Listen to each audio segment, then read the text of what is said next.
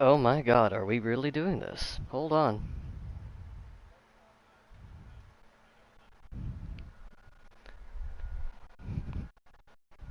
Hang on a second, folks. Make sure we have everything set up.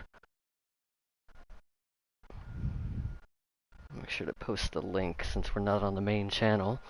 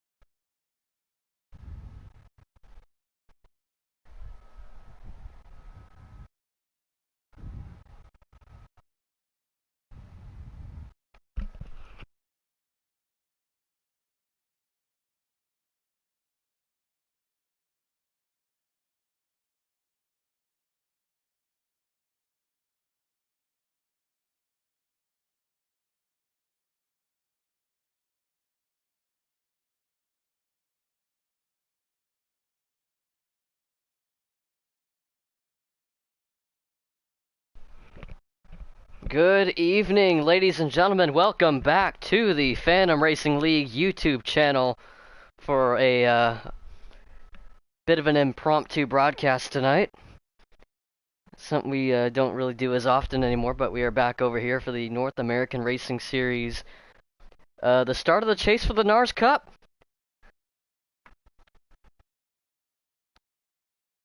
Everyone's coming over from the North American Racing Series channel. Welcome. We're all trying to get sorted out as all of our regulars are getting qualifying underway. Right now they're split into two different groups because we have so many entrants for this opening round of the NARS playoffs.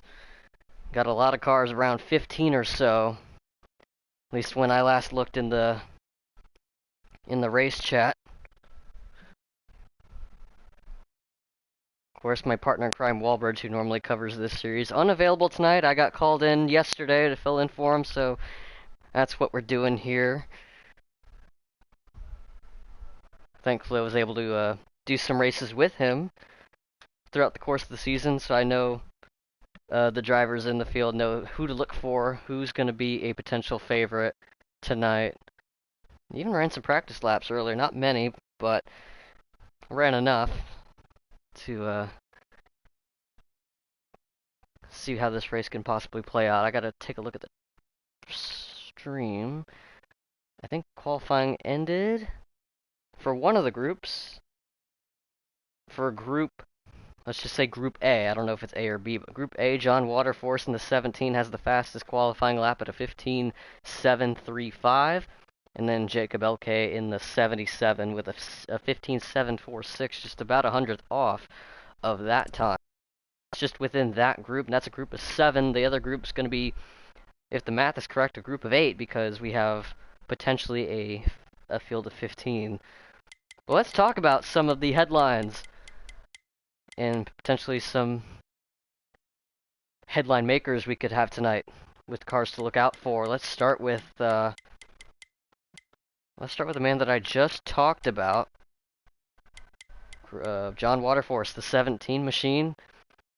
Put down a pretty quick lap in qualifying. He's definitely going to be one to look out for tonight. Put down some pretty good laps in practice. I know he's been kind of back and forth between this and the Mystic League over on iRacing, but Got a lot of momentum on his side. He won the All-Star race at Iowa just a few weeks ago. He's got a lot of speed under the hood of that Fastenal Ford. So keep an eye on the 17, see if he will be one to stay out in front for the duration of tonight. Another one to look out for, the number 1 of Jet Blast, our most recent winner. 2 wins on the trot this season, with his most recent one coming last week to cap off the regular season at Kansas Speedway. This number 1 Advent Health Chevrolet has looked really quick this season. He's won in both iterations of car, won in the next gen car, and also got a win, if I'm not mistaken, at Chicagoland in the Monster Energy machine for Ganassi. So showing that he can win in just about any type of situation. Haven't seen much of him on the short tracks yet. He had to start and park at Martinsville, if I'm not mistaken, when I was doing a broadcast with John Waterforce and Walbridge. So I'm very excited to see what Jet Blast can bring to the table for the short track program.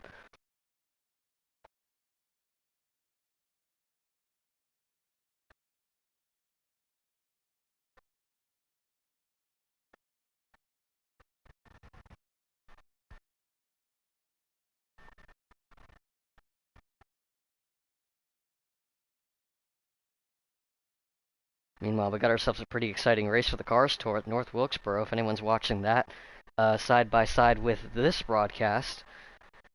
And if not, I will try my best not to spoil the results of that race, because I got it on in a separate tab. So I gotta... They're setting the lobby up now. I think they are. I don't know if this is still the qualifying group lobby from earlier. I'm looking at Aussie Rules stream on YouTube and also Slick Nick's stream on Twitch. I was able to find that. And that's the thing with having 2 qualifying groups. We gotta get the results of both and get everyone lined up for the final lobby. So we're not having to play this he said, she said back and forth at who's starting where. So that's gonna take its time to sort out.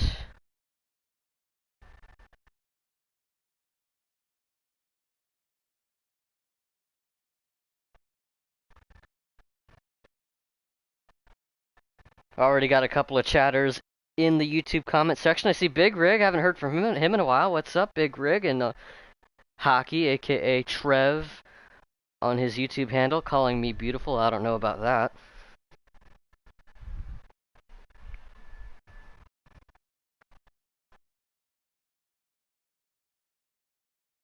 Yeah, Hockey in the number 10 Smithfield car with a win at Martinsville. So actually, that's gonna be the next guy I was gonna talk about. Hockey Bukaki.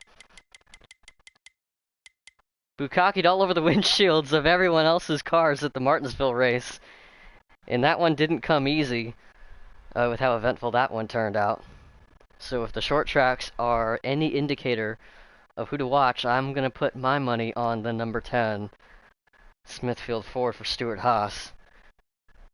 Hockey shows he has the speed on the shorter tracks. Bristol, a little bit different than Martinsville. It's the same distance, but completely different characteristics altogether. With the much steeper banking, much shorter straightaways, so a bit more physical. Debatably, some might feel otherwise, but I think Bristol is a very physical racetrack with how much you're spending in the turns versus on the straightaways. Just the amount of G-forces that these cars generate just because of the steep bank and how much speed that they're carrying through there. Now there's some facts about Bristol. The track opened in 1961. Was an asphalt track for about 31 years until they converted it to concrete back in 1992. They decided that the asphalt wasn't holding up well. They had to do a lot of patchwork because of the loads of the cars throughout the years. They decided to convert the track to concrete so it would be more sturdier. In the long run, that's the Bristol that we know now today, and got word from Hockey. He qualified 9th or 10th. So not the best qualifying run within his qualifying group, but This should make things a little more exciting for the rest of us. As we know, qualifying is not always going to be everything, but definitely helps to have the track position. So, off to a slow start maybe for the 10, but we'll be keeping an eye on him as, once again, I need to see. We're getting the cars in the lobby one at a time, and we will read off the starting lineup to you as we get those results live, just like I'm about to read them live to you. I don't know.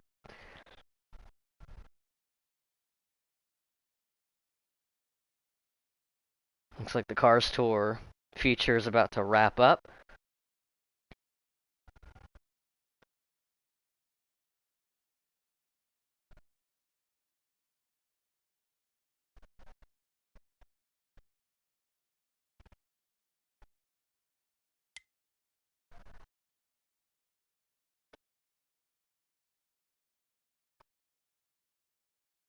Missed another great. Yeah, I heard you and Jacob ran that last night because he said he was in that race in the 2020 cars. Yep, that's the one. Yeah, so that's another thing. I'd say Hockey and Jacob are either worn out or warmed up with having to run over 200 laps at Martinsville yesterday or on Wednesday. Was it yesterday or Wednesday? Yeah, last night.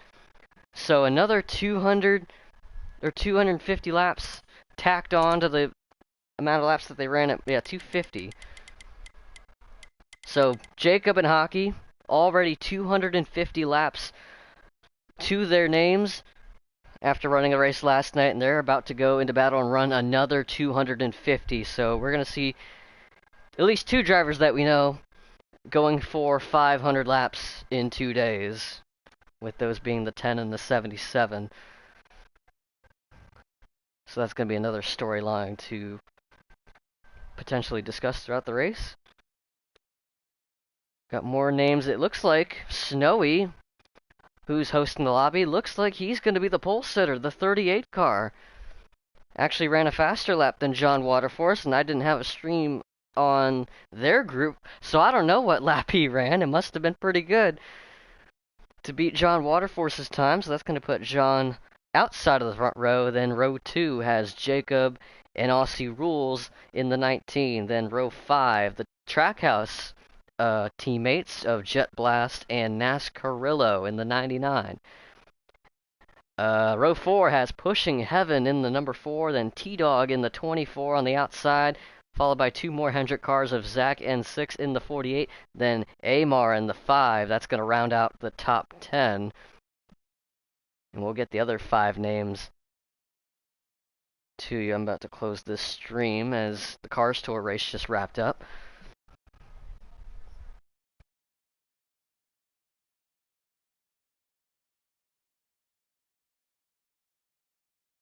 Get that closed. Don't want it set to Darlington. We're not running Darlington. We're running Bristol.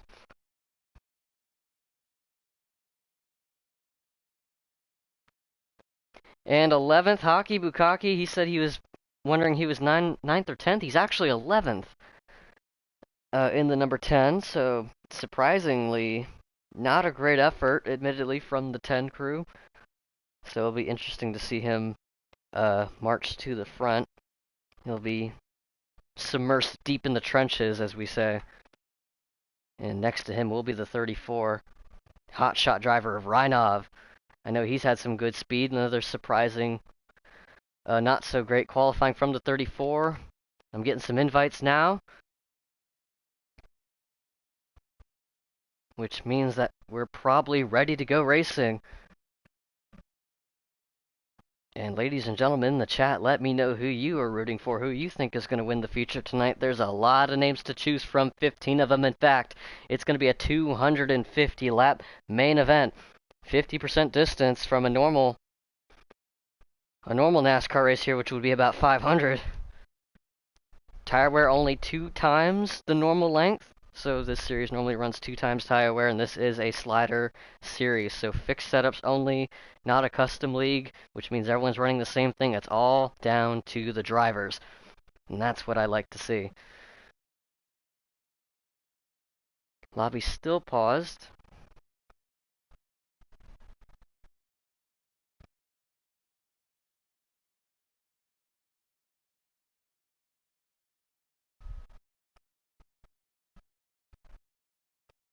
It's already getting hot as shit in this room, and we haven't even started yet. I got the fan on. I don't know if it catches on the broadcast or not. I apologize in advance if the fan noise hits the microphone. It's pretty warm in here. It doesn't help that my old sturdy PlayStation 4 that I really need to clean out because it is generating a lot of heat in the broadcast booth. The broadcast booth tonight not getting the best level of ventilation per se, so it's gonna get really toasty. I'm gonna have to hit up the interns to bring me some ice cold water or some sort of beverage to keep me cool. Otherwise, I'm probably gonna step out a couple of times during the race, possibly during the stage breaks. Normally don't like to do commercial breaks here on this channel, but might have to do that tonight. Now I got to see the 13th, 14th, 15th. So Dartanian in the 14 will start 13th. Daytona 999 in the 45 will start 14th. And last car lined up on the grid is Slick Nick in the number 9 Napa car. And that will be your 15 car starting lineup. And if you're just tuning in, you didn't hear me name off the top 12. You're going to have to rewind about 5 minutes for that.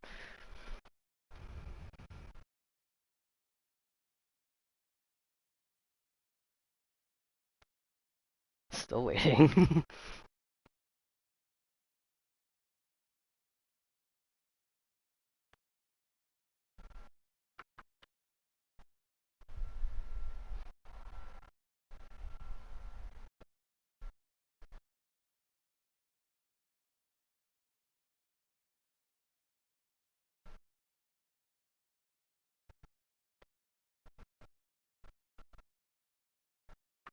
Oh, I should probably tell them that I'm ready.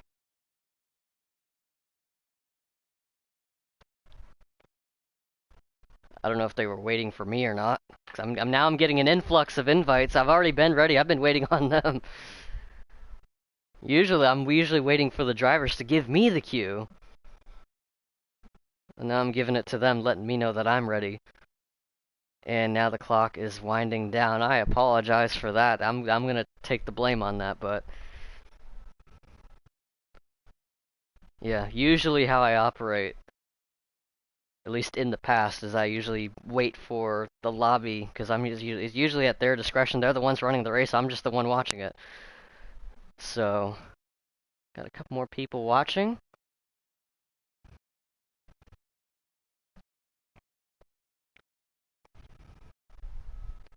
Yeah, share the broadcast around. Share it with your friends, family, your neighbors. Maybe share it with a relative you haven't talked to in years.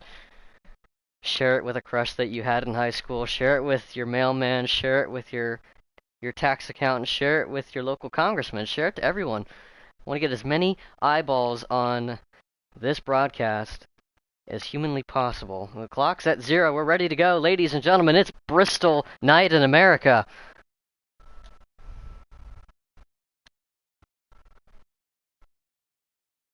We are ready to go in the lobby. Ladies and gentlemen, it is Bristol night race.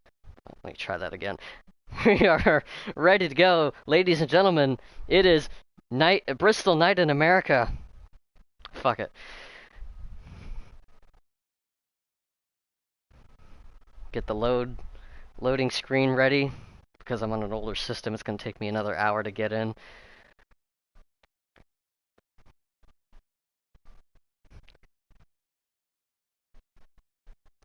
Again, if you're just tuning in, hit the subscribe button. We go live maybe once every 6 months nowadays. Maybe we'll go back live more when the new NASCAR game comes out. But for right now, we are covering the chase for the NARS Cup. This is round 1 of the North American Racing Series playoffs. It's Snowy in the 38 on the front row with John Waterforce on his outside. Snowy has yet to make a win this season.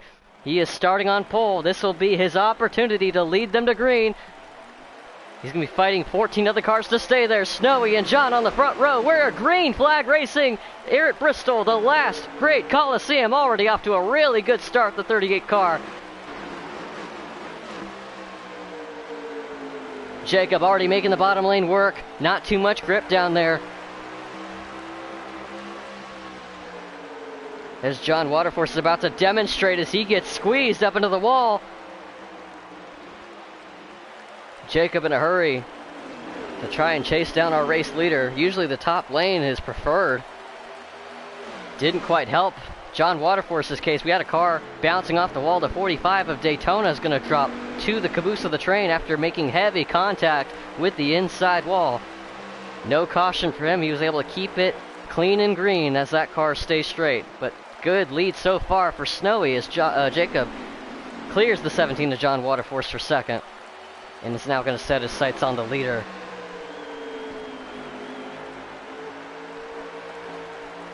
Got Aussie Rules in the Bass Pro Shops Toyota. We had a car heavy hit to the inside barrier, just about where Daytona hit. And that was Hockey Bukaki, the guy that I was just hyping up during the pre-race. Off to a terrible qualifying effort. Started 11th. And has now went backwards since. Heavy damage to the front of that car. And once again, no yellow slick nick to the bumper of the 14. We're going to be seeing a lot of classic bump and runs here. And while that was going on, I just missed the pass for the lead. Jacob LK in the 77 just cleared Snowy for the top spot on the score sheet as he is now to the lead. John Waterforce slides back another position, maybe two, as that inside. He tried to see if he could make it work for himself, as it worked for the 77. Not the case here. Everyone's going to gang up on him on the outside, starting with Rules, or Aussie Rules. Then NASCAR Rillo in the 99, Jet Blast in the 1, the next car in line. So John Waterforce in the 17 is going to have to try to find a place back in line. Otherwise, he's going to keep losing positions. He's going to do exactly that right in front of the 1, Advent Health Chevrolet of Jet Blast. So far, a good lead for the 77 of Jacob. Get a camera on the 19 car of Aussie Rules, who's closed in on the 38 of Snowy, our pole sitter, now down a spot from where he started.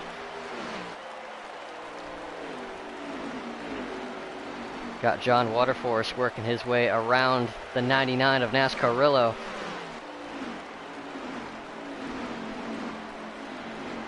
Jet Blast getting a quarter panel lined up to the 99 through the middle of the turn. It'll be interesting to see with everyone having a different slider setup lined up for this race. Every single car is going to go through a different handling characteristic throughout the long run. Got a battle for second. The 19 getting around the 38 on the top side. It's barely... Never mind, he hits the wall on the end of the straightaway. Gets a bumper from the 17. As with Jacob off to a very comfortable lead. As we're nearly setting up a logjam for second place. Looks like we already got a little bit of damage to the right front of Aussie's car. The 19's got a little bit of a scrape on the splitter. The battle for third is looking to get heated up with Rillo looking to challenge the 17 again. Jet Blast in his mirror in the 1. And Snowy's car not looking as comfortable as it did in qualifying, as he has fallen outside of the top 5. And then you got Pushing Heaven in the 4, getting pushed nearly by the 5 of Amar. Reinov up a few spots after starting in 12th on the grid. He's cracked the top 10 in that 34. Looking to gain another spot on the 5 as we watch on board from the 24 of T-Dog. Gives us a pretty good shot of all the cars in front of him. Let's ride on board with T-Dog, see what he sees. I'm gonna shoot up towards the wall, let the car get a little light, get the nose pointed out, and get hard on the throttle.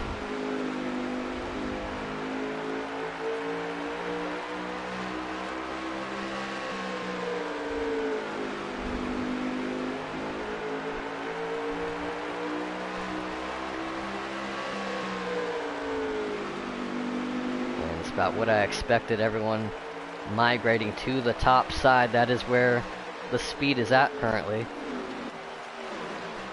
We got this pack right here. There's Daytona and Hockey trying to salvage something here in this first stage. Both cars seem to be pretty battered in the front, which could be very much affecting the handling of their cars. There's Zach N6 in the 48 with Slick Nick in the 9, then D'Artagnan in the 14. On board with Amar in the 5. Up ahead of him, the 17 getting a little bit loose out of corner exit.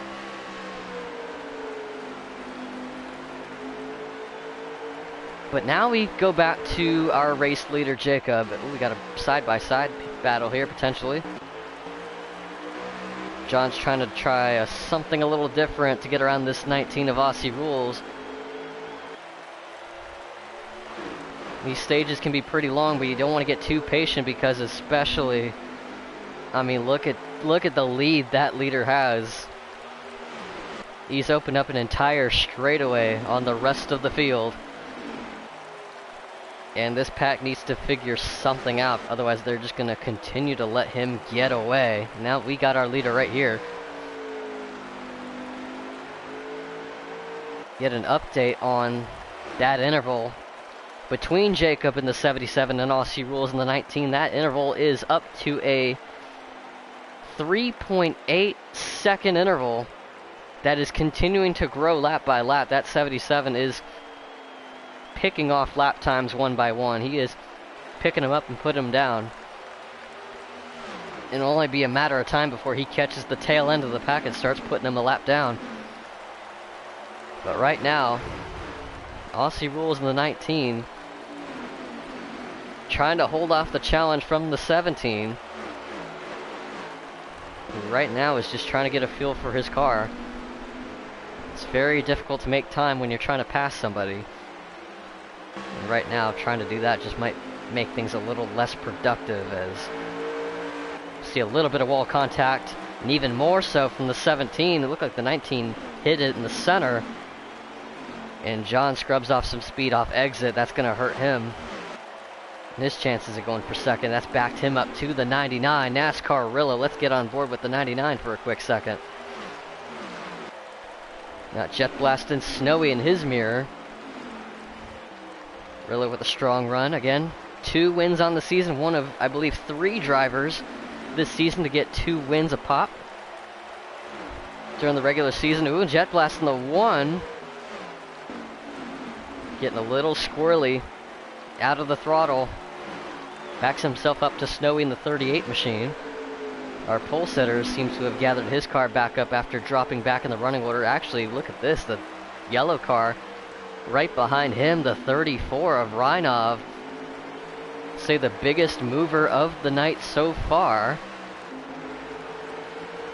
Going for an early hard charger award after starting 12th on the grid. He's, like I said, cracked the top 10 relatively early and has now found himself running in 7th position, closed in on his teammate who has fallen in the other direction from the pole and back into 6th.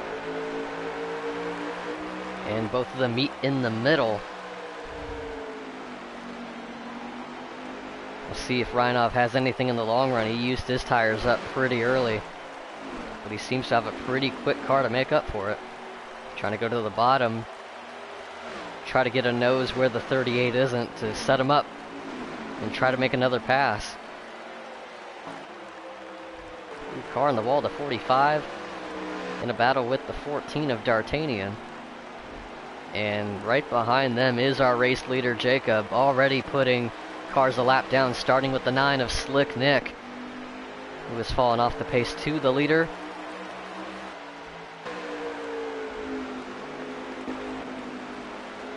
Let's see how Jacob handles this lap traffic. Ooh, not too great as he gets really out of shape and doesn't want to put himself in a jeopardizing position, and especially with the interval that he's opened up over the 19. It's now up to 5.5 seconds.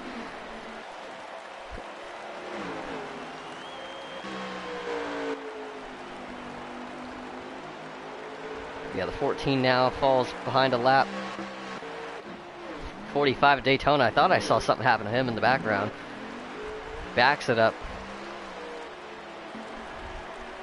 into the fence and now finds himself in danger of getting lapped again. That's how quickly the lap times are. He tries to stay up against the wall to get out of the leader's way. Jacob makes way of him. So very tough break for the 45. Here's our pole sitter getting passed by the 34 of Reinov. We get a lap count. Here, that'd be nice. Try to open up Jacob's stream if we can.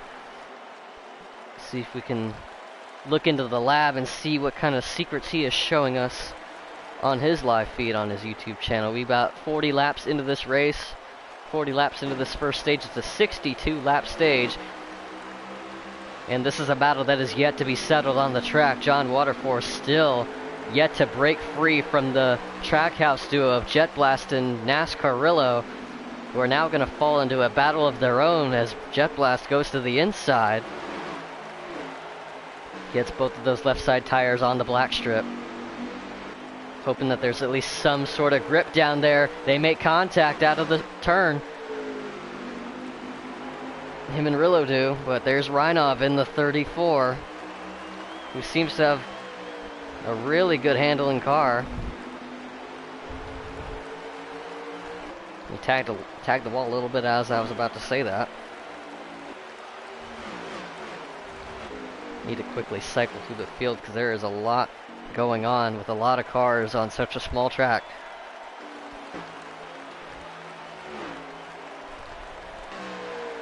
Right now the gap is up to 6.2 over Aussie Rules. And good news for Aussie Rules, he's opened up a gap on John Waterforce by about 2.5 seconds. The 19 of Slick Nick already falling a lap down, gets out of the 19's way. But this is an opportunity to learn with the 19 crew, see what parts of the track am I losing time to the leader, what can I do differently in my approach to navigating this half-mile bull ring. Right now the 77 has just unloaded with insane amount of speed.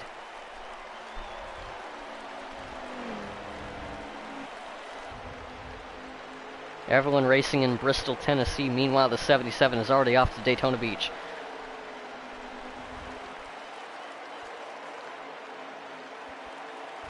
Check back in with the 10 car of Hockey Bukaki, who's closed in on this battle between the 5 and the 4. The 5 is Amar, and the 4 is Pushing Heaven, running a completely different line. Don't know if that's by choice or just trying to put his nose where the 4 isn't, so he can at least try to have a pass being set up, and that might be what he's going for.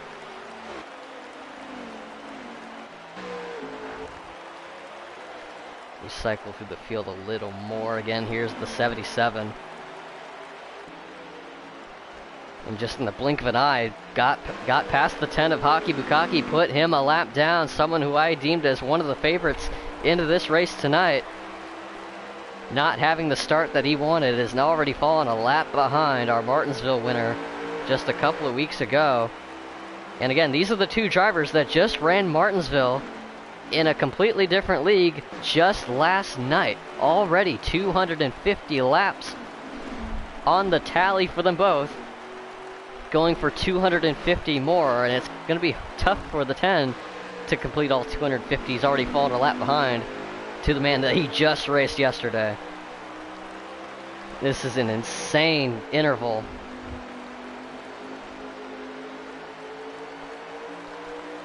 It's up to 7 seconds. It's over 7 seconds now. He's side by side with T-Dog, trying to put T-Dog a lap down in the 24. 7 seconds here at Bristol is pretty much half a lap.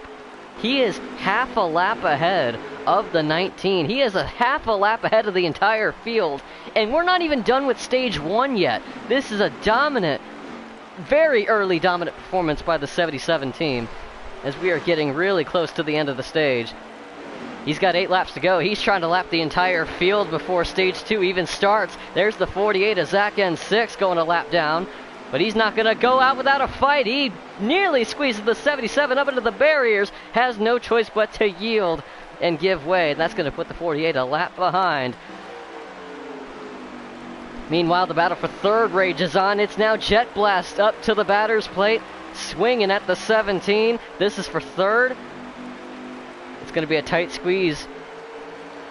Oh, we got a car on the apron, the 10 with more trouble. He is all the way down to the blacktop with even more positions to lose and potentially another lap. Not sure what happened to the 10 machine. The handling just not there. Got Reinov and Rillos door to door right behind the 1.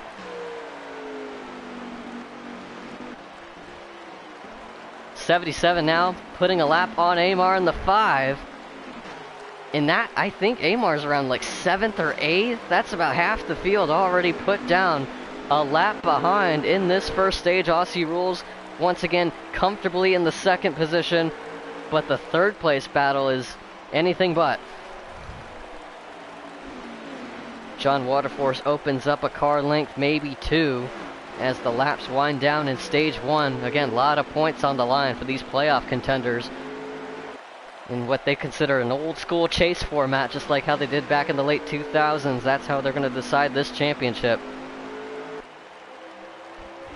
This battle better hurry on because that 77 is a lightning rod on the track.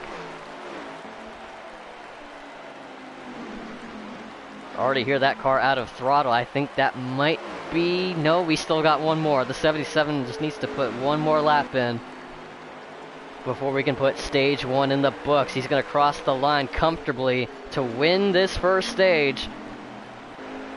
And let's get to Aussie Rules, who crosses the line now to get 2nd place. 3rd place battle is going to go to John Waterforce, then Jet Blast, NASCARillo, your top 5. Then Reinov and Snowy, 6th and 7th.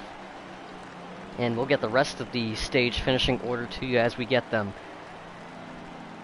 So Amar will get 8th. He is a lap down. He will get the lucky dog as the first car lap down. Then Pushing Heaven in the 4th place, or the 9th place position in the 4 car, excuse me. Then T-Dog rounds out your top 10, also a lap down. D'Artagnan in the 14, or Zach N6 is 11th in the 48. D'Artagnan in the 14 is 12th. Hockey Bukaki 13th, 1 lap down. And then Daytona and Slick Nick, 3 down each. So our first 62 laps in the books. And it was Jacob, and we'll have to confirm this. I want to see the overall interval. It was 7.9 as he crossed the line. Nearly 8 seconds was the gap between 1st and 2nd as the running order has shuffled on the pit stop. Jacob, nonetheless, still the leaders. We're back to green for stage 2 here at Bristol. Somebody has to do something, otherwise the 77 is going to dim the lights or shut them off completely. This 17 car needs to go for every single ounce of daylight he can if he wants to have a shot at this win. Not even just for his sake, but for the sake of the rest of the field, knowing that they have at least some glimmer of a chance at dethroning that 77 car tonight. Right now, we're still very early into stage number 2. This is a chance for John Waterforce, Jet Blast in the 1. This is a chance for these cars to learn what that 77 car is doing differently, what we can put into our cars adjustment-wise for the next pit stop. And Aussie Rules was going to touch up on this. Actually lost 2 positions during the stage break, so our 2nd place recipient has now dropped to 4th on the restart and is currently holding that position now as he is trying to gain those spots back. Snowy in the 38, our pole sitter, is now rebounded back into the top 5 on this restart. 38 car now ahead of the 99 of NASCARillo, who now finds himself in a little bit of danger. The 10 car gets squeezed by the 48. Zach N6 and Hockey Bukaki fighting for real estate on the straightaways at Bristol. And the rough night for the 10 continues to get rough. A car that's already down a lap, fighting what looks like an evil handling car at the moment. Just didn't have the pace in qualifying, and he's paid dividends for it since. Meanwhile, Rillo's car not quite having the handling that it did in stage 1. He's lost a few spots on the restart. I would say he's in danger of losing another, but I think the 48 car is one of the cars a lap down, if I'm not mistaken. So not entirely in danger, because again, half the field's already put a lap down thanks to the 77. And the sheer dominance that he's put on in this first stage. That makes me wonder though, did the 77 show his hand a little too early? Or is he just that confident that he can just go at 100% the entire way and not have to worry that the rest of the field will have any sort of rebuttal?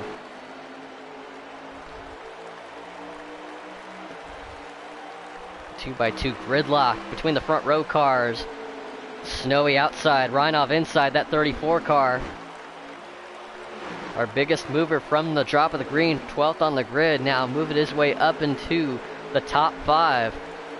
And going to do it from the inside. It's very difficult to make any sort of headway down there, but it seems like there's a lot of grip just about where all that rubber is being laid down near the apron.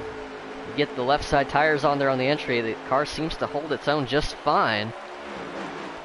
In the past, the top lane was top lane supremacy at this place. Now hasn't really been the case. It looked like that was the case in the first stage, at least when the long run kicked in. Snowy struggling with momentum on the outside. Is going to get passed by a couple of lap cars and get a little bit of paint scrubbed off on the outside with the wall.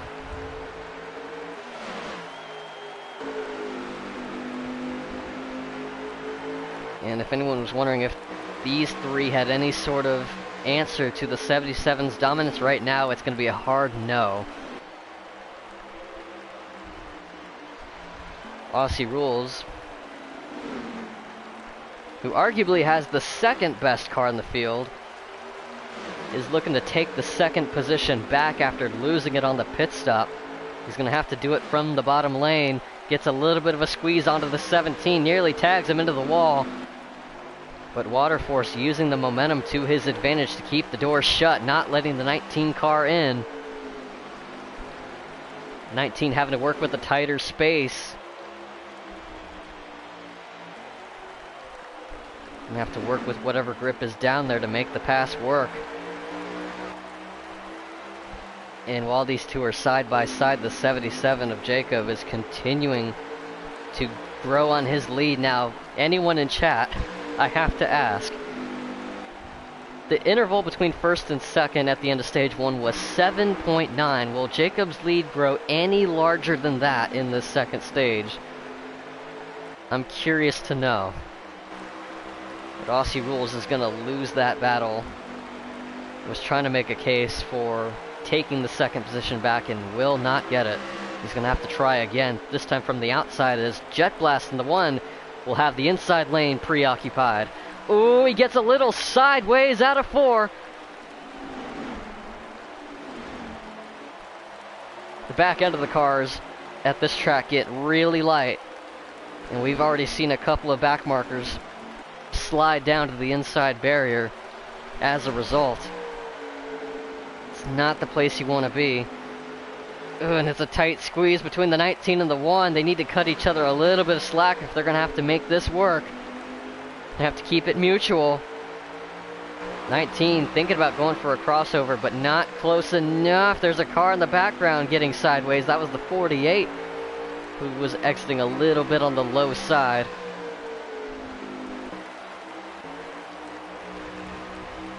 Pushing Heaven and T-Dog are side by side. Both of them, I imagine, are on the same lap, just not on the same lap as the leader, unfortunately. Here's Zach N6 in the 48. I need to get an update on him, see if he's on the lead lap or not.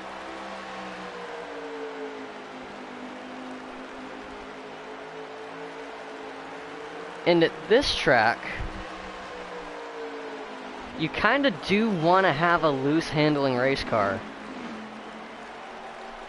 It's tough to have a really tight condition in the middle of a turn at a short track, because your car is constantly plowing. You're never able to get back into the throttle in time to maximize on the amount of speed that you can lay down on the straightaways. And right now, thought I saw a car on the apron again. That might have been the 10 of Hockey. So again, trying to get his lap back the old-fashioned way. Or at least the lucky dog way. He had to pass a bunch of cars that were ahead of him on the same lap. I think the lucky dog position right now is going to go to the 48 if he is a lap down. If not, the 10 car had to pass a lot of people to put himself in that position. He was outside of the top 10. He was, I believe, 13th at the end of stage 1. Gonna have to make a pretty good case to get back on the lead lap if we get a yellow. So far, our only caution has been for the stage 1 break. We haven't had a caution for cause yet. It's been pretty clean and green throughout. 9 of Slick Nick. Looks like he's fallen another lap. The 45 of Daytona has parked that Air Jordan machine to the garage, so that's going to be an early retirement for that crew, unfortunately. And Aussie Rules, who was comfortably in second in the first stage, learning how his car is handling in traffic, and right now it is not to his liking. Is now he's under threat from a car that he hasn't seen all of stage 1, the 34 again of Reinov, making a really good case to have a podium car. But the 19 and the 17, does he dare make it 3 wide? He almost did, but he backs out of it just in time and lets the 19 and 17 have at it on their own.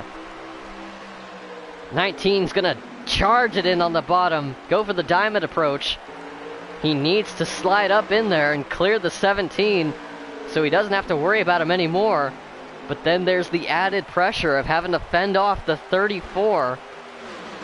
And while this is going on, our new second place participant, Jet Blast, is continuing to make down pretty quick lap times and run away from that battle. So the second place duel looks like it's going to be won by car number 1. But right now, car number 1 in P2 by the man that has been the most dominant I've seen in a long time in any sort of race in this league. Nobody has any answers for this machine. It's actually kind of alarming how quick this 77 car has been all night long. This time by, it's going to be 21 laps to go in stage 2. That gap over Jet Blast is now 5.9, creeping up to 6 seconds. Again, will we see a larger gap to end the stage than we did in stage 1? The problem is, this second stage, I believe, is shorter in length than the first stage. First stage was about 62. I want to say the second one's around 50, 55 to 58, somewhere in that range. Rillo and Snowy at a duel. That's going to be for position.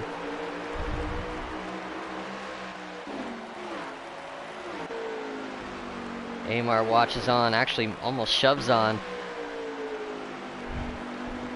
And here we are on board with the 48.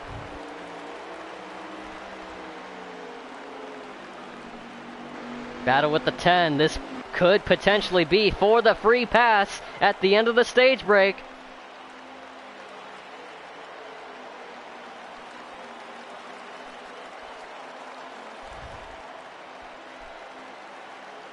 Just when we thought Hockey Bukaki needed a Hail Mary, no, he just needs a... Oh, he loses it! On the straightaway, around goes the 10 into the wall hard. And all that hard work he did just to close in on the 48. And it's a whole nother thing just to pass him, and he needed that extra 10% to make the pass work and get himself the free pass to get back in this race. That wall contact looked pretty heavy, and I imagine the front of that car is going to be plowing tight in these closing laps. Aussie Rules gotten away from the 34. Reinov has passed the 17 of John Waterforce for 4th. And there's the 9 of Slick Nick losing another lap. He's looking to pull it into the pits, potentially, or at least try to get out of the leader's way. It's a very difficult track for anyone that doesn't have the pace to match the leaders. You're constantly having to pay attention to what's in front of you and behind you, constantly every lap. So I completely sympathize with Slick Nick's position, having to constantly look in your mirror, make sure you're not getting in anyone's way. It's a very difficult balance to pull off, as it is difficult for the leaders that are passing you, because you don't want to give up an ounce of time in lap traffic, because even 1 or 2 bobbles can make all the difference in the world. 10 to go. That gap is now up to 7.2 over our second place runner, Jet Blast, who is about 1.2 seconds over the 19 of Aussie Rules, and about 8/10 up on Reinov in the 34, that yellow car in the background. That is your 4th place runner, and easily our biggest mover of the race, as we watch NASCARillo fight the handling on his car. Just doesn't look the same as it did in stage 1. He was running really good in the top 5, or at least near it. If I remember, he was in the top 5 for a while in stage 1, didn't have a good start to stage 2, and he's been fighting the handling on it. And just up against the wall right now. There's Hockey in the 10. Zach got a comfortable lead over him. Oh, the 9's around. Slick Nick slips in an oil slick down on the apron, gets out of the leader's way and merges back safely. There's Snowy and Amar. I believe that's a battle for position. If I'm not mistaken, Amar actually got the lucky dog. And here comes the 77 of Jacob, putting NASCARillo a lap down. And that's going to be bad news for the 99. And now Rillo just needs to hope and pray. He's going to fight it. He's going to try to get the lap back on his own. He doesn't want to fall back on the lucky dog. No way. Not going to lay over even the slightest for our race leader. He's like, you're going to have to work for this one. The problem is they're going to be 3 wide with the 38 of Snowy pancaked into the wall, and Snowy's going to fall a lap down. The 99's going to fight real hard. That 38's going to be rooting really hard for him.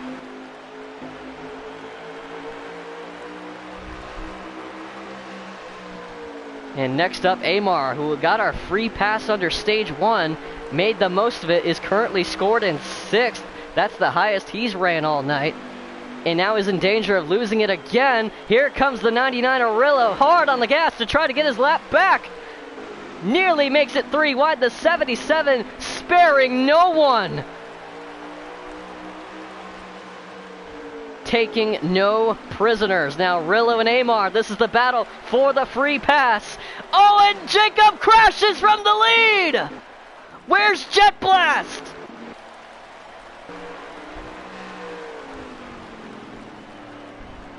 And the caution comes out. Was that the end of the stage?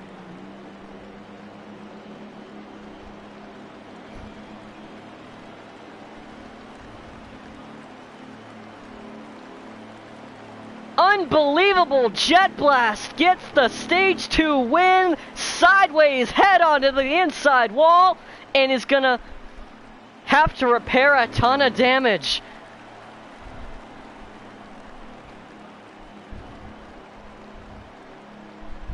The man that has been dominating this race tonight has basically put the entire field on easy mode.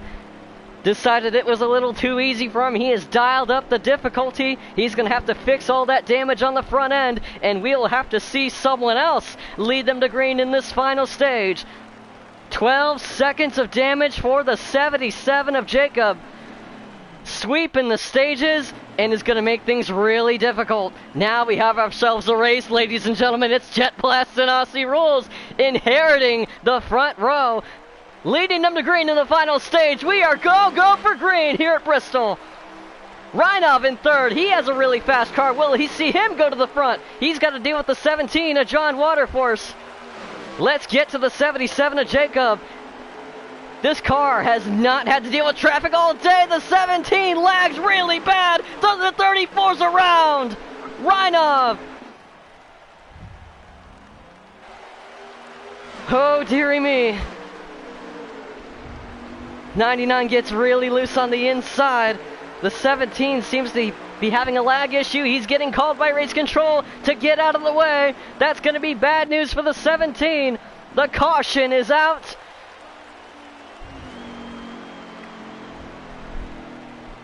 And I might have jinxed Reinov.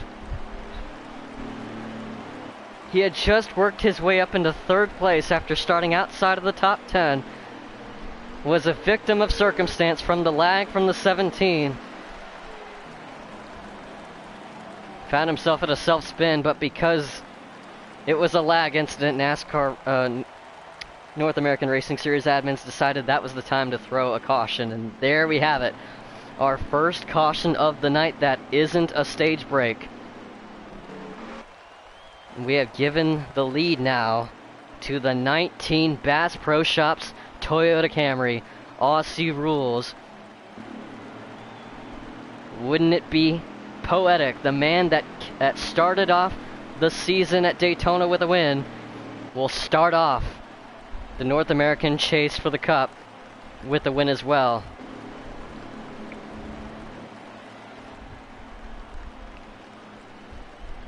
And Jet Blast in the 1, who was our second place runner at the end of stage 2, finds himself second again, now to the 19. And Jesus H. Christ, the 77 is already up to third.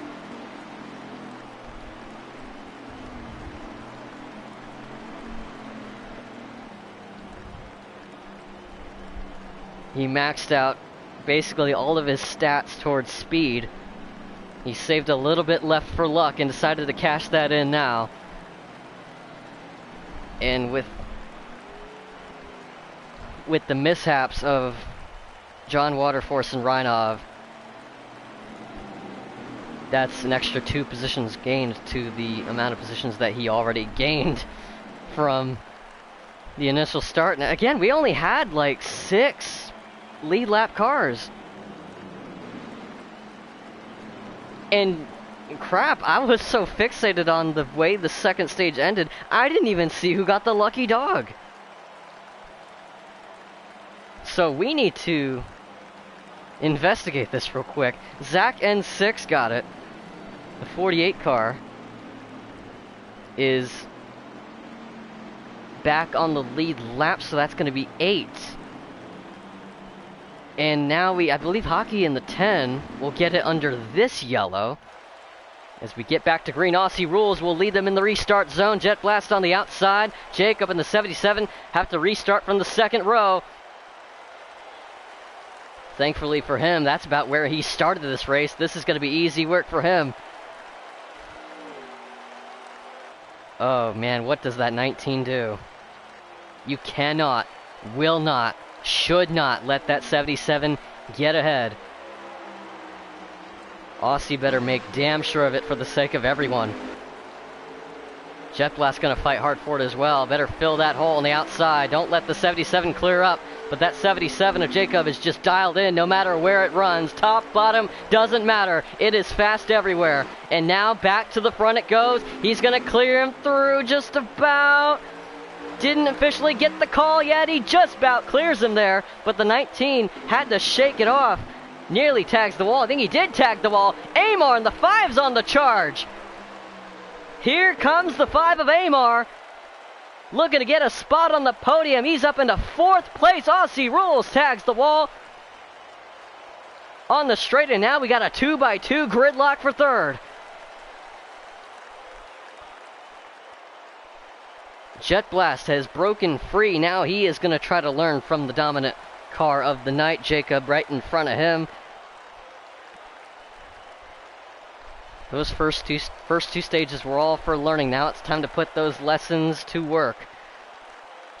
And whatever adjustments that one car has made, hoping that they can pay off. And we'll see if they'll be able to pay off.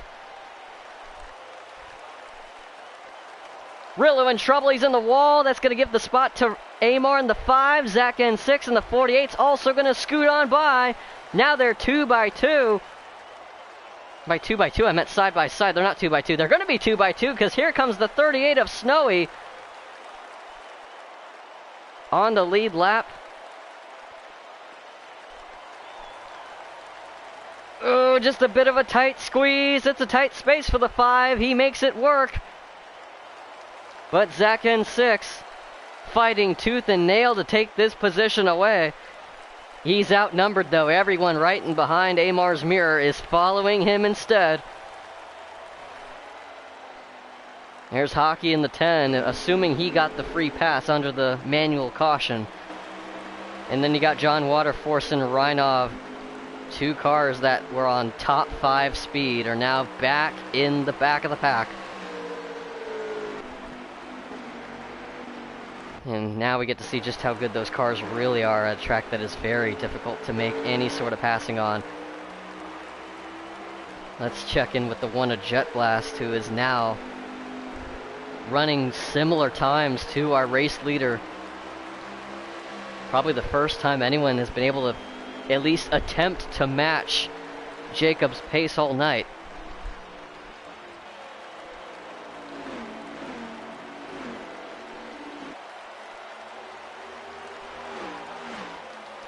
But will that pace be sustainable? This is going to be a very long run. 104 laps until we cap this thing off. And that's a matter of, will we see green flag pit stops? Don't know exactly how long the fuel window is for these cars at Bristol, but I imagine they get pretty good mileage here. But over 110 plus laps of green flag racing. I don't know if they're going to be able to pull that off on a full tank. I don't really know exactly how many it is on 2 times fuel wear. I'm trying to figure that out now, but nobody's looking at their tire wear at the moment, so we're just going to have to play it by ear, I guess. Here's Snowy and T-Dog in a battle for position. Maybe. I think T-Dog might still be on a lap behind, but I'm not entirely sure about that. Zach in 6, though, has cleared the 5 of Amar for 4th place. So that's the highest the 48 Allies Chevrolet has ran all night. Much needed good run for the 48 car. After having to get the free pass under the 2nd stage.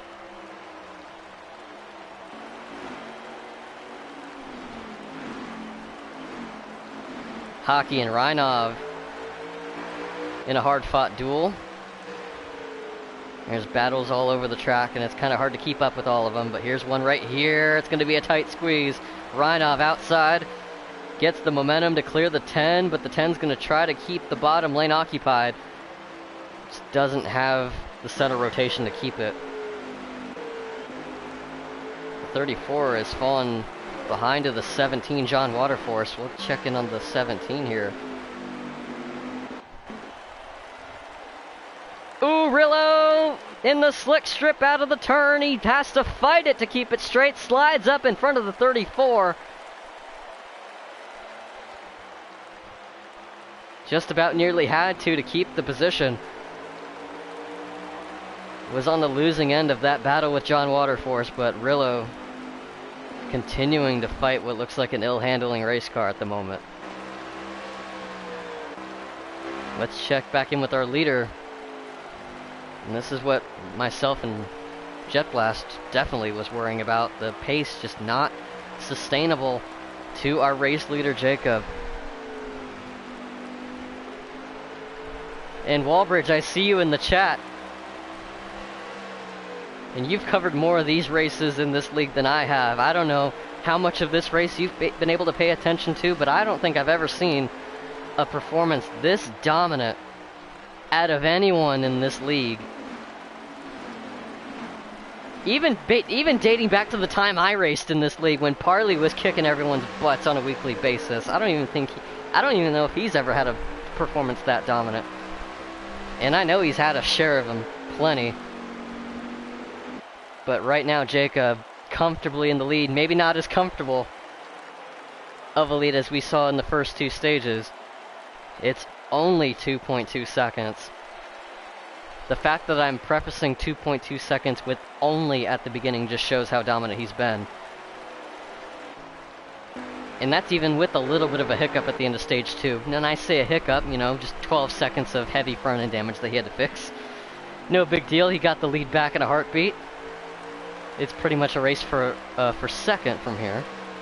I still need a estimate on fuel and tires. I want to say they can make it to the end, but I don't know what the fuel window's looking like. Jacob was the heavy favorite coming into today's race. I mean, he's usually a heavy favorite a lot of weeks, but man, he is really opened up Pandora's box. He is slowed down. The yellow flag is out, I think.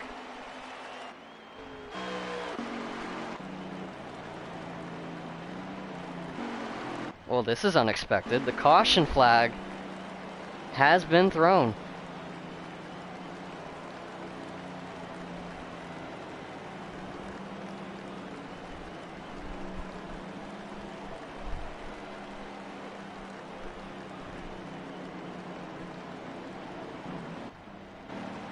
And the sad thing is, I have no idea what it's for. I do know who's getting the free pass, though. T-Dog in the 24 will get his lap back. And that will put him back in the race.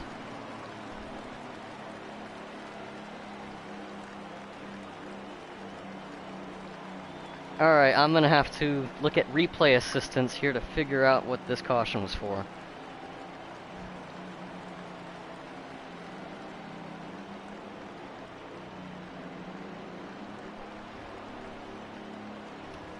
Getting a message.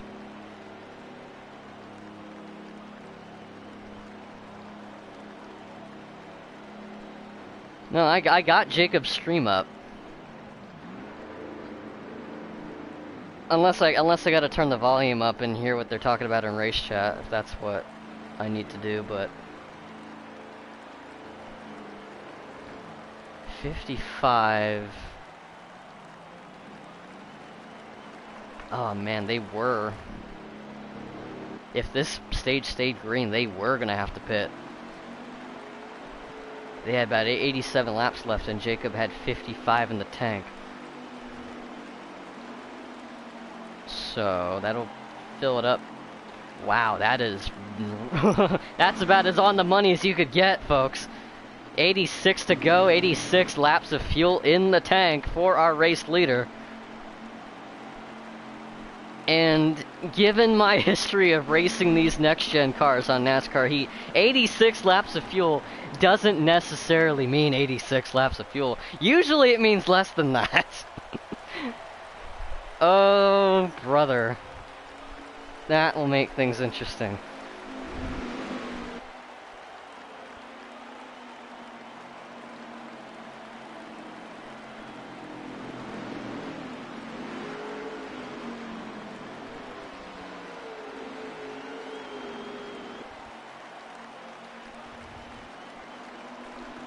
And while we're at it, I believe we lost the 9 of Slick Dick Nick.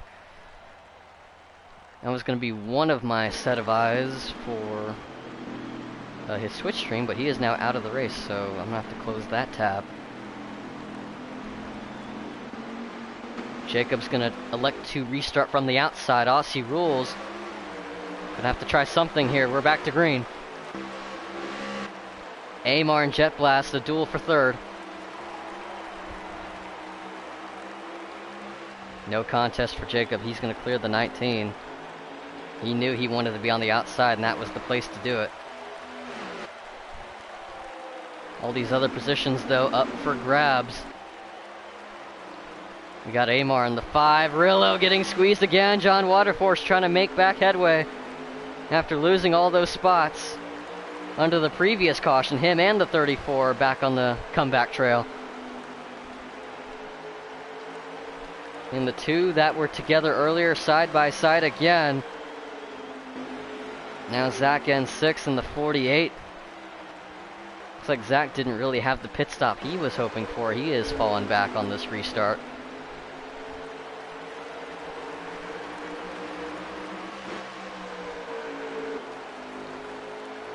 And it's just a tough break for the 34, Reinov. Oh, Hockey is facing the wrong way on the straightaway. At a 180. No caution yet.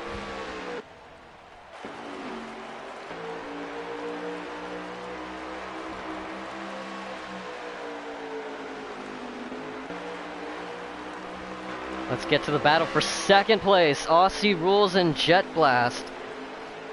Both of these cars have had their fair share of attempts to chase down our race leader, but to no avail. Now they both find themselves in a battle of their own.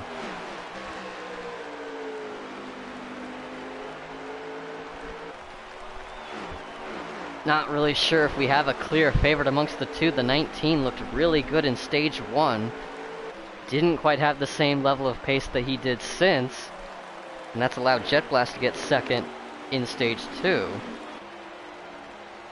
But right now it's the true test. See who's really the best of the second. The best of the second best. I don't know where I was going with that.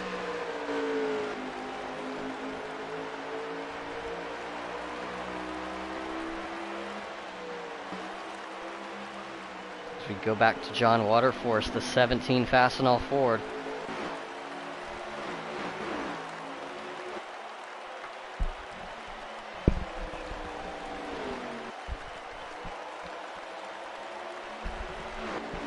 Reinov, you got Rillo, you got Zach N6, the 48 on the inside of the 99. Had a pretty good start to the third stage, just hasn't quite been able to capitalize so far. But still a solid run, just the fact that this 48 car is even on the lead lap at all. Or, not trying to single out the 48, but if anyone is on the lead lap at all in this race is considered a win, considering we had about half the field get lapped in stage 2. So it's the small things, take them where you can get them.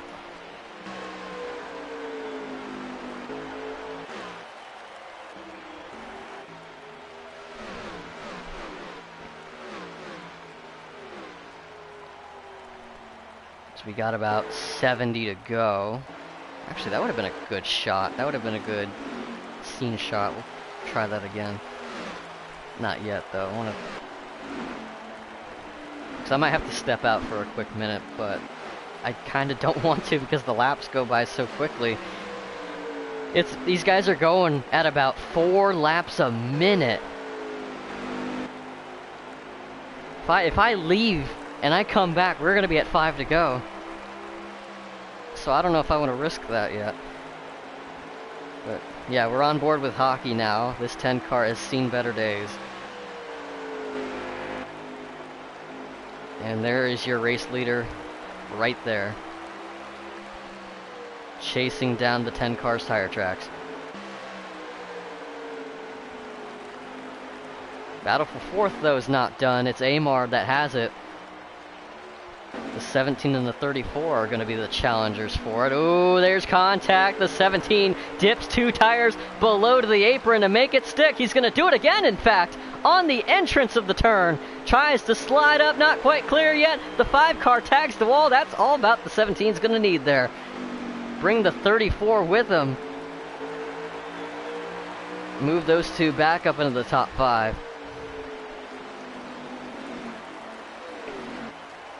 The comeback continues for these 2. It's good news for the 17. He had the lag spikes earlier in this race. Had to drop to the back on the restart. And the lag issues, thankfully for him, have not persisted. They have smoothened out ever since. So he's been able to resume with his race and pretty much get back to where he's been running. So, not quite a net loss for the 17. I know he would like to be running better than 4th, but I'd consider this, thankfully not a net loss, at least for now. Ooh, Amar not giving up though, in that 5 car.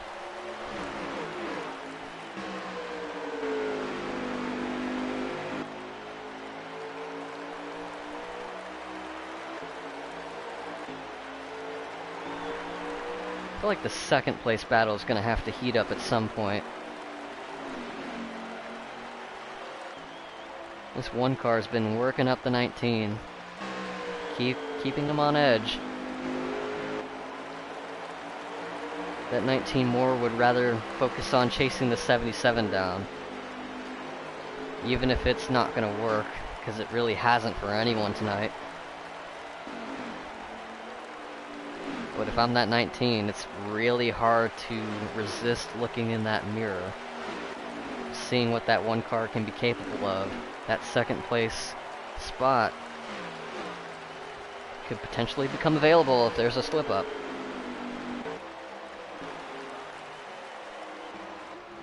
Meanwhile, the 34, Reinov has cleared back across the 17 and moved himself back up into 4th place.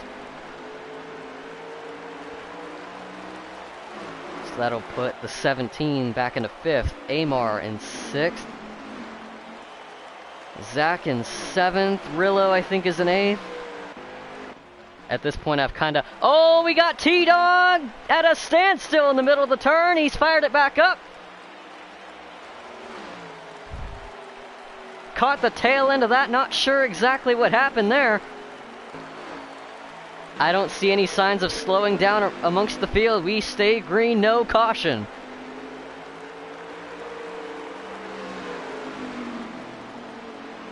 Or maybe we do. Rillo's around. The 99's on the apron.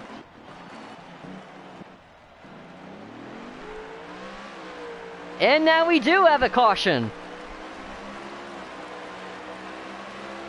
And I believe the caution looked like it was going to be out for the 24 anyway, and that might have just happened after the fact, I'm not entirely sure. But we got ourselves a yellow again.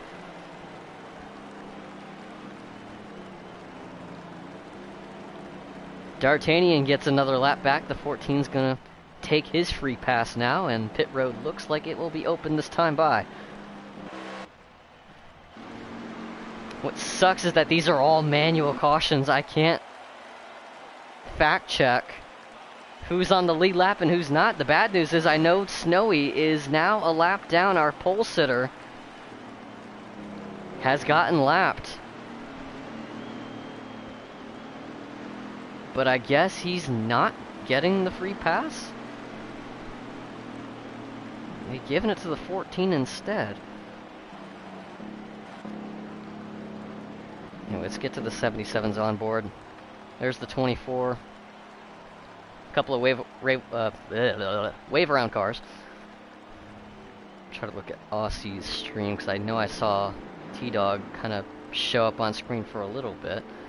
T-Dog was running in the 10th position, at least at the time the 19 caught him. And he was already ghosted out of existence at like 30 miles an hour, so that was pretty much the aftermath of whatever happened. So let's go even further back. Let's go to where Jacob was. He might have been closer to it.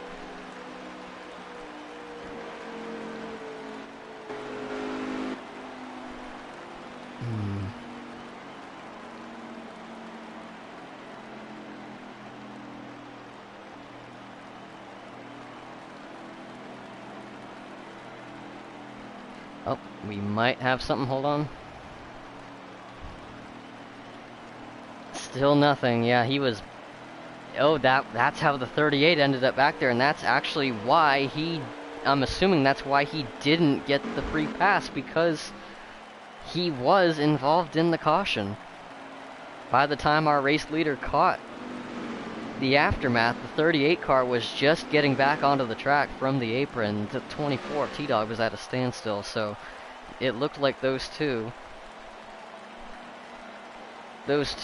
were having an unexpected tango with each other.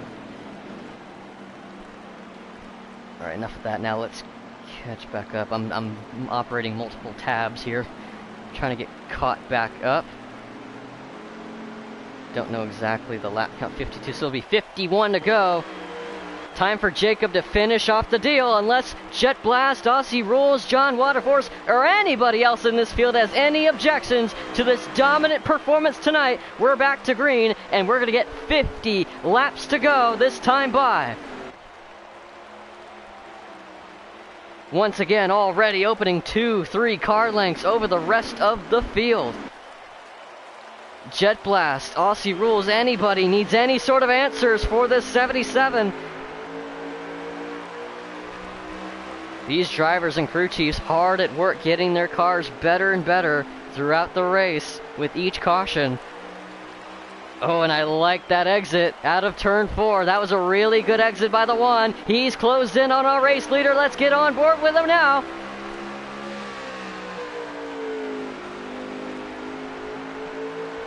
Looking to disrupt the voyage that the 77 has partaken himself in. 77 just not really going for the arc line. He's really trusted the process of keeping that car on the outside. That time has to cut off the inside. Thought the one car was going to try to cut back down. But that right there, probably the closest anyone has been to matching the 77's raw speed.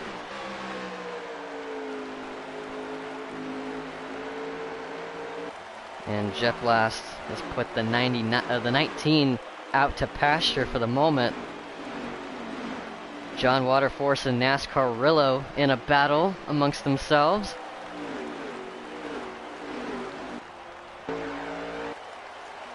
There's Reinov in the 34, then Amar in the 5. Ooh, heavy contact. Both the 19 and the 17 tagged the wall pretty hard.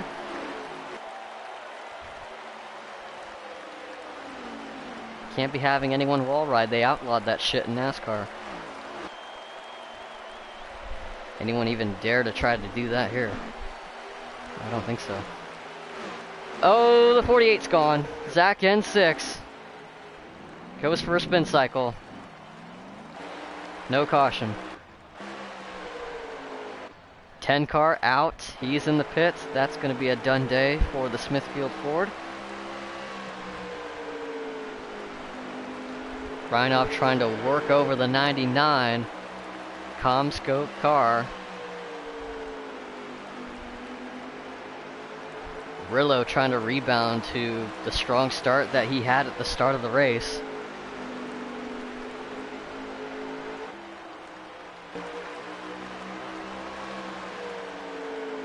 Reinov trying to recapture the speed that he had in the first half that got himself up into the podium positions to start with. Hasn't quite had it in the closing laps. Still trying to work over the 99 as got a couple of retirements. We'll go over the ones that we haven't yet, but I think we've gone over all of them. Here's Snowy in the 24 T-Dog. Oh, they might tango again. Oh god. That was a close one. And D'Artagnan definitely had a front row seat to it. Maybe too close of a front row seat. Would have been bad news for the 77. Maybe not so much, because he has been in control of the race regardless of green or caution. But knowing the amount of laps that he has put into the weekend, he wants to get this thing done and over with. And he even said that in the pre-race party call. He made it seem like he didn't want to run this race. Kind of put me a little off guard a little bit with that. I can see why though.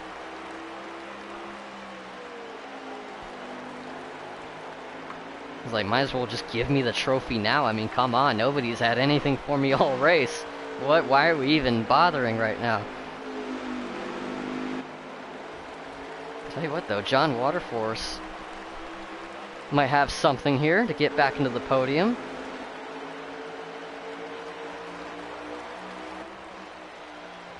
looking to go a little bit of hunting, a little bit of fishing.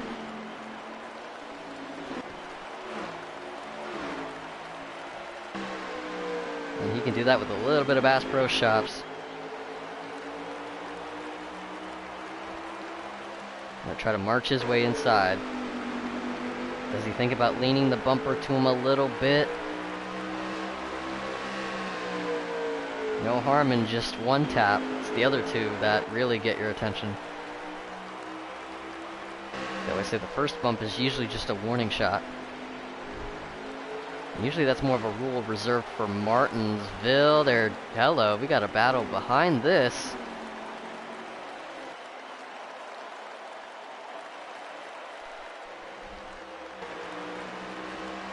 Rillo on the losing end. Looks like he's going to get overtaken by Amar in the 5. And that'll clear himself for that position. But Reinov's end of the battle isn't done yet. They just swapped hands. Now he's got to deal with the 5. We're on board with the 14. D'Artagnan. Trying to get back to the front. Here are lead lap cars.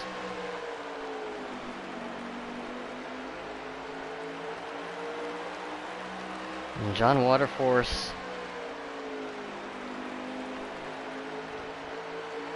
He's been locked in. He's been locked in on this 19 car. He set his sights on him. He's ran him down. He's caught him. But that's really... 48's around again! Oh dear! He's in front of the field! Zach N6 was at a standstill and he drops down to the apron. That was his second self-spin. And that's going to be a rough ending for what was looking like a solid night for the 48 team. And down pit road he goes.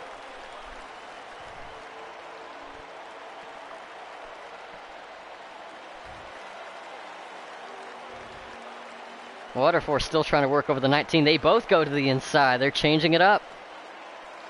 Aussie Rules trying to stay on his toes. Doesn't want to give up this podium position this easily.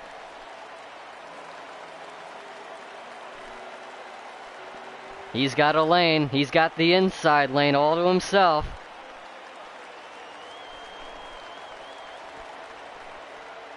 But that 19 just has that extra boost of power that allows him to get back on the gas sooner from the top of the hill. This is what you're kind of used to seeing at Bristol. The car on the outside just has the ultimate defense move.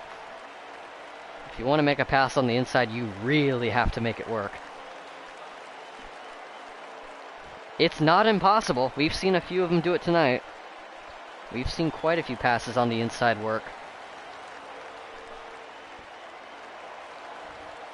But that outside can be very overpowered if used right. John's still trying to make the inside work for him. Aussie though, no reason to go back down to the inside. If the outside's continuing to work, might as well stay up there. Keeps the door shut for the 17. He's going to charge it in. He's going to charge the entries a little more just to get the nose there. Got a little out of shape that time.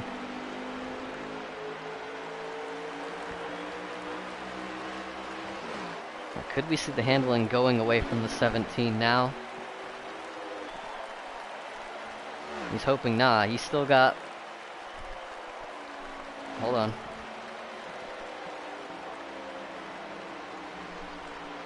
Got 18 to go. It's going to be 17 remaining laps as they cross the line right there. Aussie slips on a bass from the Bass Pro Shop.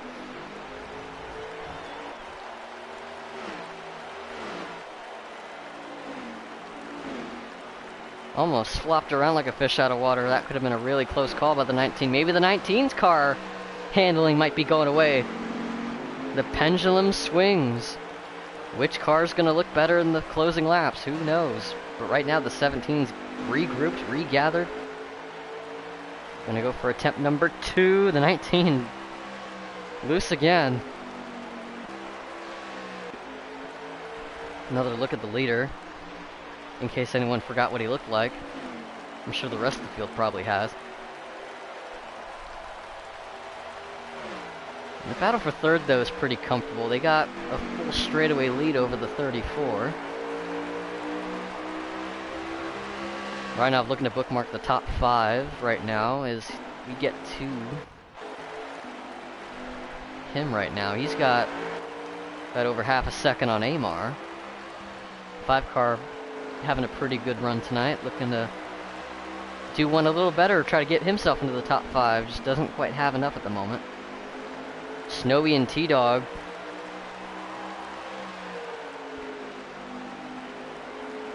looking to get themselves into another dogfight.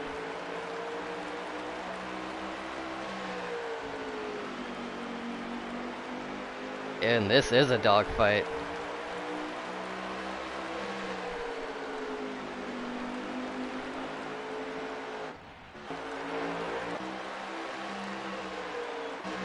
There, that way we can go back and forth between the two. Snowy's getting pancaked from the 24. The 24 backs out. I think he felt bad.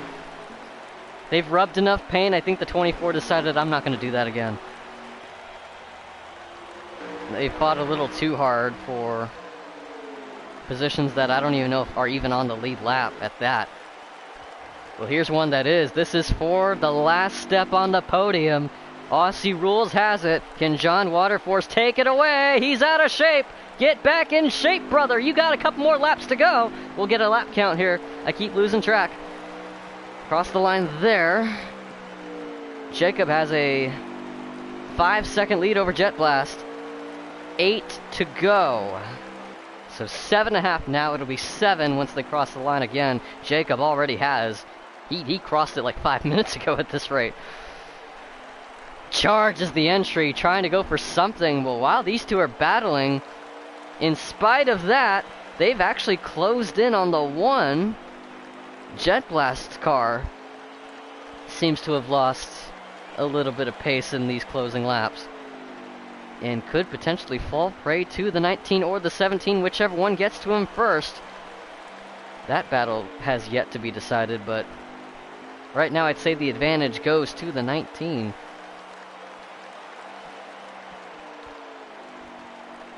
John Waterforce has to reach into those bag of tricks.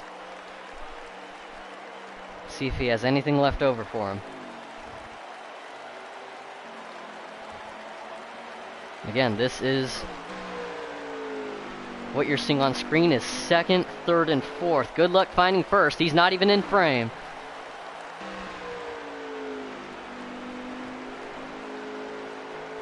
I gotta get back to Jacob, though, at some point. John, hang on to it.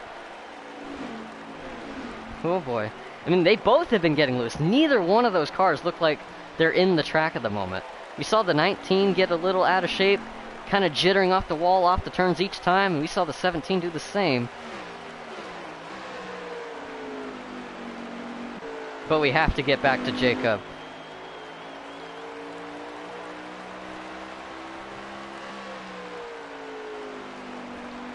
We're going to have to assume... Oh, I'm off screen here. I better not screw this up. Crossing the line, Jacob with the dominant performance of the year decides to park it on the line. He can afford to do so. Jacob, LK14, winning the first round of the playoffs here in the North American Racing Series, right here under the lights at the last great Coliseum in Bristol, Tennessee.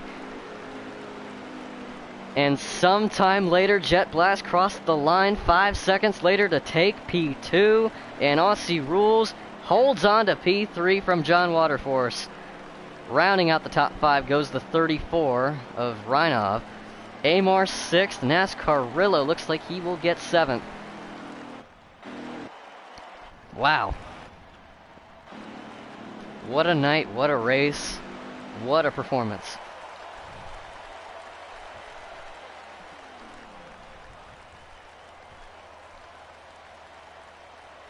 My game no, we're good. I thought my game crashed. I look away for a second, I look back at my screen and everyone is completely frozen. Do I even guess at who got the fastest lap? What?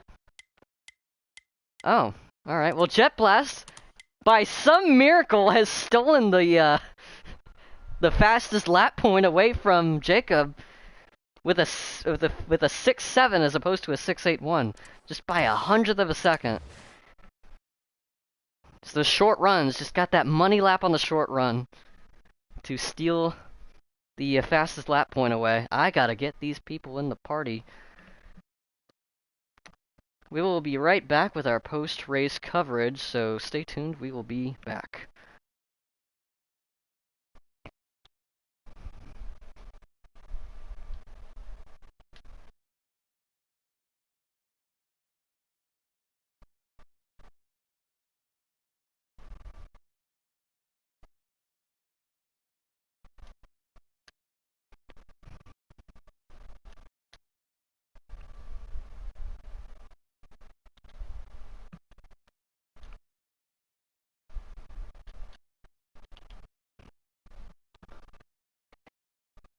I think I got. If you can get Jet Blast in here for me, because I don't have him on my friends list.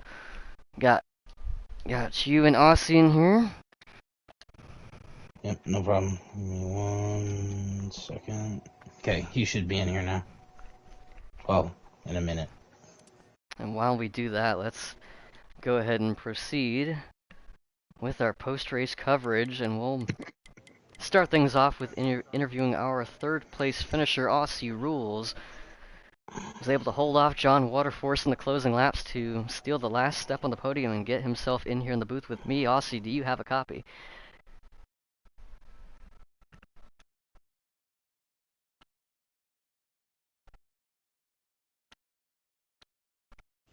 What's up, Timmy? There you are, Aussie. I realized I was muted. There you go, it's all good. We got you now. It looked like a pretty good, like, top 3 car. At first stage, it looked like you were clearly the second best car, while Jacob was, lapping half the field. You had a pretty good gap over third on back in the first stage, and it looked like you've been trying to kind of claw your way back since, but nonetheless, you were mostly in the top 5 pretty much the whole night. How do you assess your performance tonight? Yeah, pretty happy with the third place. Yeah, had some pretty good luck in the beginning there. It was yeah, Bristol. You never know what you're going to get yourself into, but based on the way things were going, Jacob just running away with the whole thing and pretty dominant all night. Happy to be here in third.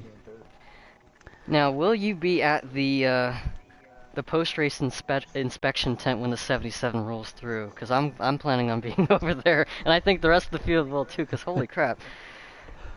Yeah, there was definitely some talk about that during the race. Yeah, Jacob had the car to beat clearly. Nobody could really. I feel like we could stick with him for a couple of laps on a restart, but after that he was just gone. I was finding myself searching around trying to find something and making some adjustments that honestly probably hurt me more than helped me, but I had to try. Yeah, what more do you feel like you needed in the long run? I don't even know. Better strategy or better knowledge of setups, I guess, because Jacob obviously had it figured out. The weird thing is he had it figured out right off the first stage, so before he can even make adjustments. So I'm not sure what he has that we all don't have, but credit to him for figuring it out. And a tip of the cap to him indeed, but we'll get to that in a minute, though. Just want to give you your congratulations on another podium in this league, Aussie. And we got next week. Where are you guys heading next week? That's a good question. I haven't thought that far ahead, to be honest with you. I believe it's Dover. Ooh. That'll be interesting. Yeah, I feel like another intermediate track, I guess. So, Jacob probably have it figured out, but from one concrete track to another, I guess.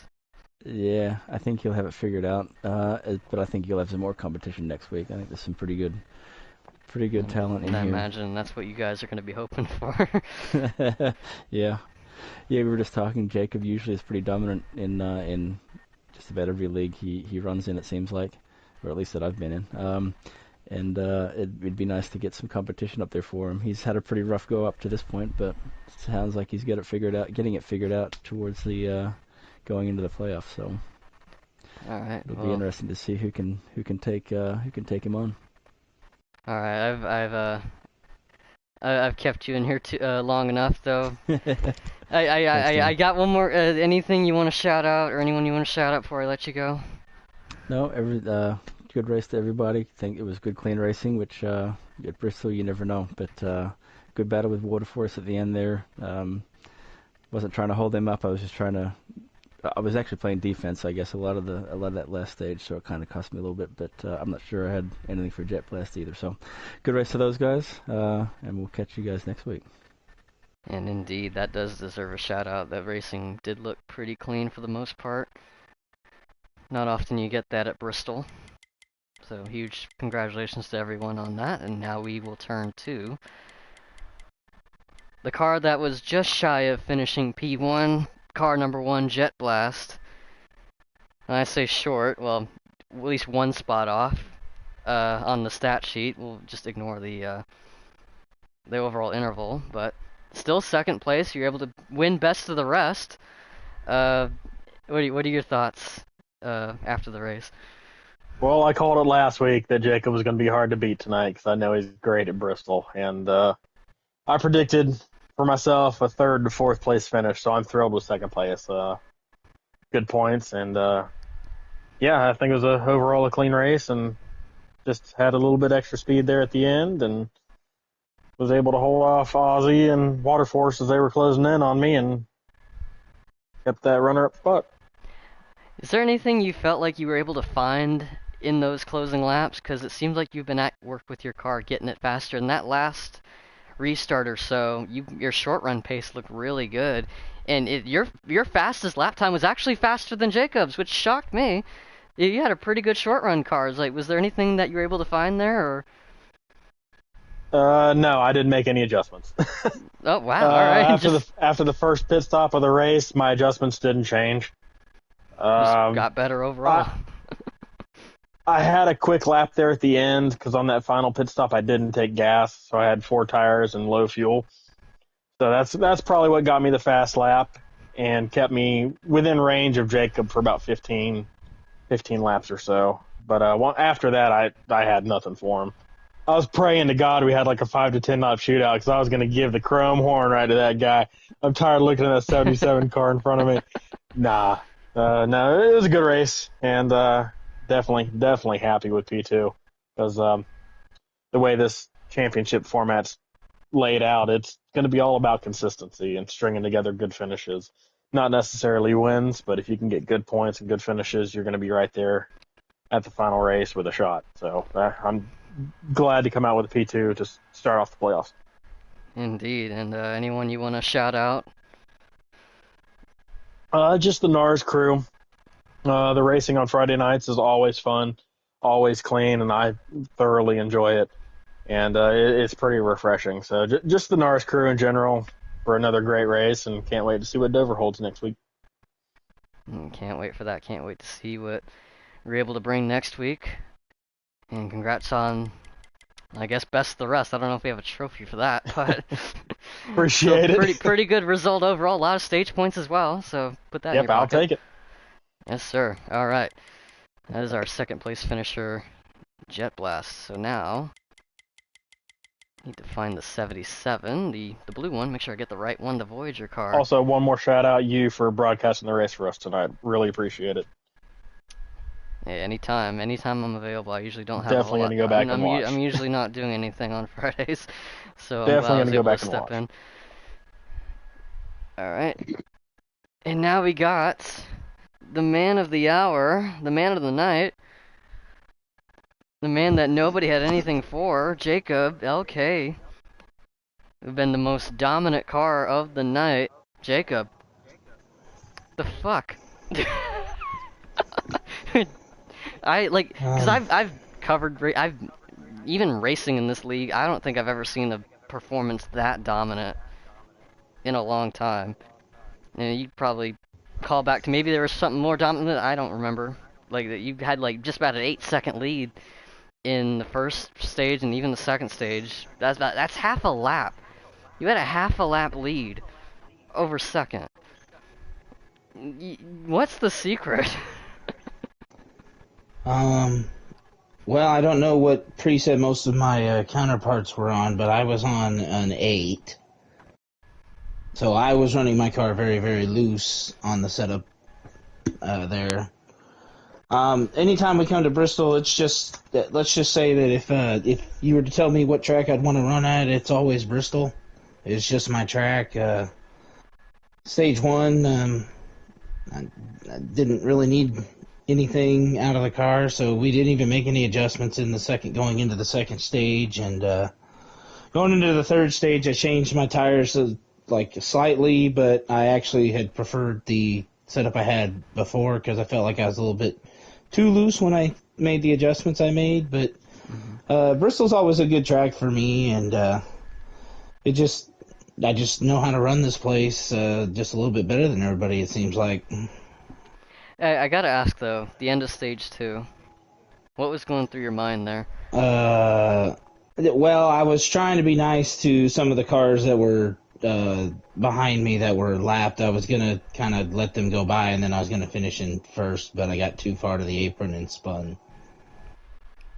And I looked on the stream, you had about 12 seconds of damage to fix, and I think that put you back like 5th or 6th. Luckily for you, you lapped half the field, so you didn't have to fall far back at all. But yeah, made quick work of that, and also some luck with the 17 and the 34. Able to gain those Yeah, spots. But yeah, was there yeah. any thought that maybe, with the cars, the one looked like he was good in the short run, was there any thought that maybe those guys were gonna figure something out in the closing laps? I figured that if anybody was gonna beat me, it was gonna be on the like a late yellow or super late yellow where everybody came in and everybody was equal on tires or something. I felt like if the whole pack would have probably been together, they probably would have everybody trying to get every position they can. You make mistakes when you're trying to race really really hard. So I feel like that was probably the only shot that anybody had at beating me or me doing a stage 2 finish and wrecking myself, or possibly even some of the lap cars. They were, when I caught up to them there at the end, they were kind of racing each other. I was a little bit nervous getting around them, just thinking like, okay, well they could probably get loose and spin me to the inside wall unintentionally, of course. Hmm. I mean, that's all I really got. I mean, you pretty much made a statement tonight and possibly for the rest of the chase. Probably the best possible start you could ask for, right? Are the rest of the races called Bristol or no? I mean, no, but I see you're able to run Oh really well. good just about everywhere else. So I don't see how that could be a worry. Well, I mean, we run good everywhere, but let's see. Coming up, we got Dover next week. I mean, I'm not the greatest at Dover. I haven't ran it much in this particular car. Talladega's a crapshoot. Darlington, Texas, and then I got Gateway there. So I mean, there's some good tracks coming up like Dover, Darlington, and Gateway. But Texas, Vegas, and Talladega with this car are all pretty much kind of crapshoots. It's pretty much anybody's game there. I didn't even realize Talladega was in the chase. Ooh boy, yeah, make a good point there. But it's still strongest start you could ask for though, nonetheless. So even if you're not able to show up certain weeks, you at least have at least tonight to fall back on for now, with all those stage points to go along with the win that you got tonight. So congratulations on a very Yes, dominant much win needed. tonight. Anyone you wanna give a shout out to on the stream, or are we ready to wrap things up? Um, just a shout out to everybody here in NARS. I mean, I look up and down the point sheet. There's 3 guys that have 2 wins apiece, which is Jet and myself, which I actually thought I had 1 win, so I actually had more wins than I thought I did. Jet, me, and one other person has 2, and then like I think Rillo there's has 4 two. other drivers that has yeah, Rillo has 2, and then there's 4 other drivers that have a win in the series. It just honestly goes to show you that there's a lot of competition here, and I think just about anybody that's in the playoffs has just as much of a chance at winning as I do. Indeed, and that makes very exciting racing for the people watching, as I imagine it would be in the racing as well. A lot of close action every week. Love to see it. And tonight, maybe not so much for you because you were able to. You were in a different zip code. Everyone was racing in Bristol, Tennessee. You were already off to Daytona Beach. Yeah, yeah, that's what it felt like for some. Yeah, it was dominant, well earned, well deserved. Congratulations again. Thank you.